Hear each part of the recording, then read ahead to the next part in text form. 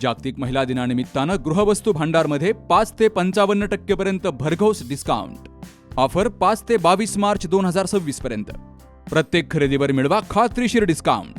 उत्सवाचा आनंद आणि सवलतींचा वर्षाव म्हणजेच गृहवस्तू भांडार.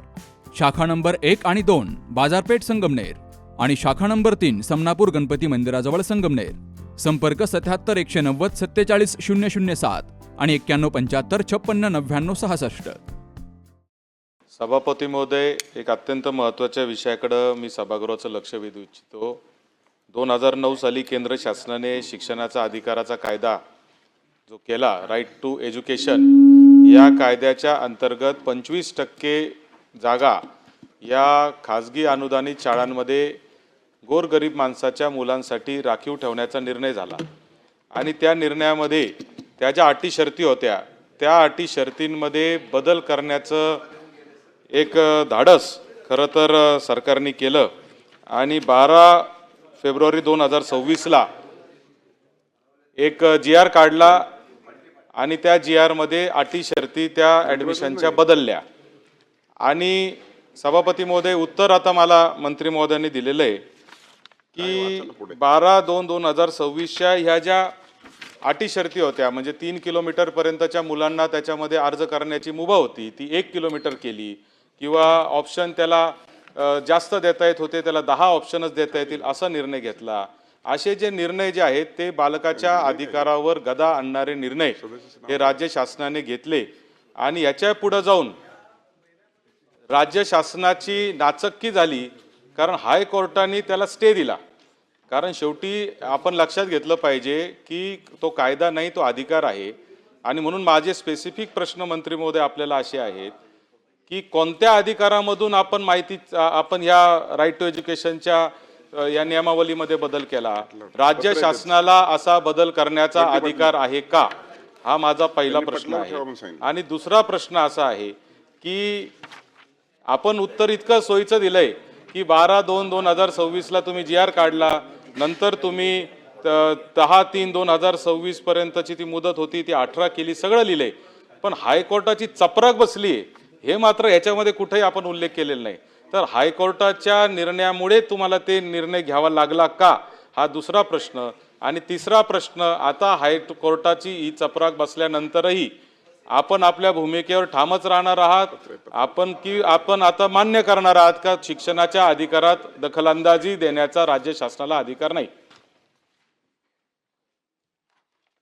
सभापती महोदय, बालकांचा मोफत व सक्तीच्या शिक्षणाचा हक्क नियम 2011 जो काही आहे, या नियमामध्येच कलम 2D जर आपण बघितलं तर त्याच्यामध्ये अपेक्षित आहे की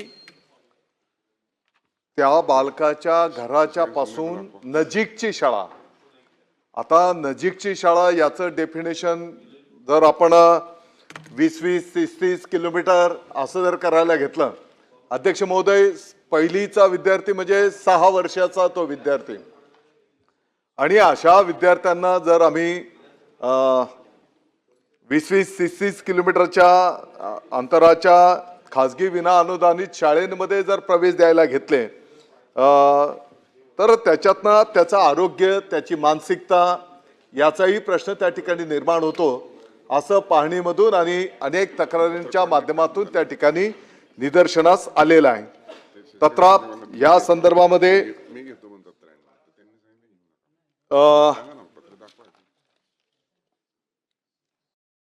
माननीय नागपूर खंडपीठामध्ये न्यायालयामध्ये ही केस त्या ठिकाणी आजच याचं हेअरिंग आहे. आणि माननीय नागपूर खंडपीठ जो काही न्यायनिवाडा करेल त्याप्रमाणे पुढे चर्चा विनिमय करून निर्णय करून मार्गक्रमण केलं जाईल. सत्यजित तांबे. सभापती महोदय, म्हणजे एकंदरीतच माझा प्रश्नाचं उत्तर मला मिळालंच नाही. माझा प्रश्न एकदम सरळ आहे की राज्य शासनाला शिक्षणाच्या अधिकाराच्या कायद्यामध्ये बदल करण्याचा, अटी शर्ती बदल करण्याचा अधिकार आहे का, हा स्पेसिफिक प्रश्न मंत्री महोदय आहे. तो अधिकार आहे का नाही एवढंच आपण उत्तर या निमित्ताने द्यावं. अध्यक्ष महोदय, मी स्पष्टपणे सांगितलं की या कलममध्येच जे नमूद केलेलं आहे नजीकची शाळा, आणि म्हणून नजीकची शाळा जी काही असेल त्या शाळेमध्ये प्रवेश घेण्याचा त्या बालकाला अधिकार आहे, आणि त्या लहान बाळाचा मानसिक शारीरिक या गोष्टींचा पण आपण त्या ठिकाणी विचार करण्याची गरज आहे.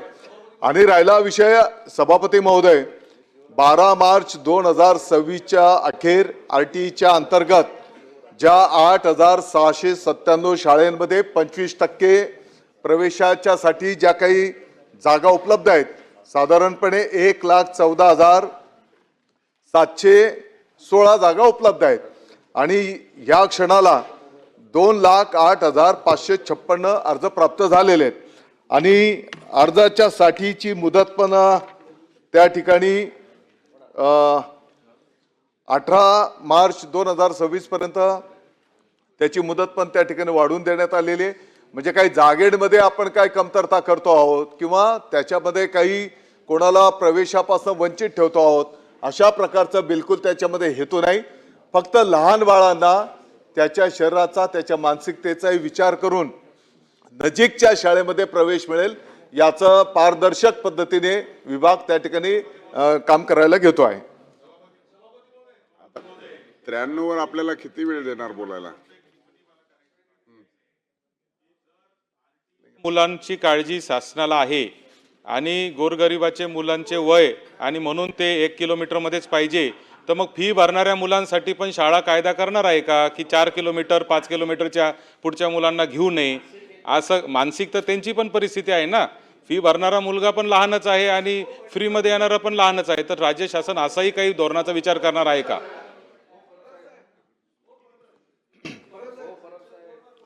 सभापती महोदय, या महाराष्ट्रातला एकही विद्यार्थी शिक्षणापासून वंचित राहणार बरोबर नाही आहे. याची काळजी विभाग घेईल. सौंदर्य केवळ डोळ्यात नसतं, ते असतं दागिन्यांमध्येही. सोने, चांदी, हिरे आणि त्यावर तुमचं नाव कोरणारं एक विश्वासाचं नाव म्हणजेच संगमनेर येथील ओम मयूर ज्वेलर्स. पिढ्यानपिढ्यांचा वारसा असलेले दागिने आधुनिक डिझाईन सोबत आता तुमच्या जवळ. लग्न कार्य असो, सण असो वा खास क्षण, ओम मयूर ज्वेलर्स मध्ये मिळेल प्रत्येक प्रसंगासाठी खास दागिने, खास तुमच्यासाठी. ओम मयूर ज्वेलर्स म्हणजे तुमच्या सौंदर्याचा हक्काचा दागिना. सुवर्ण बस्त्यासाठी आता कशाला नाशिक पुणे, संगमनेर मध्येच आहे आता नवनवीन दागिने. आजच भेट द्या ओम मयूर ज्वेलर्स, अशोक चौक, संगमनेर, जिल्हा अहिल्यानगर. संपर्क 9372 012 044.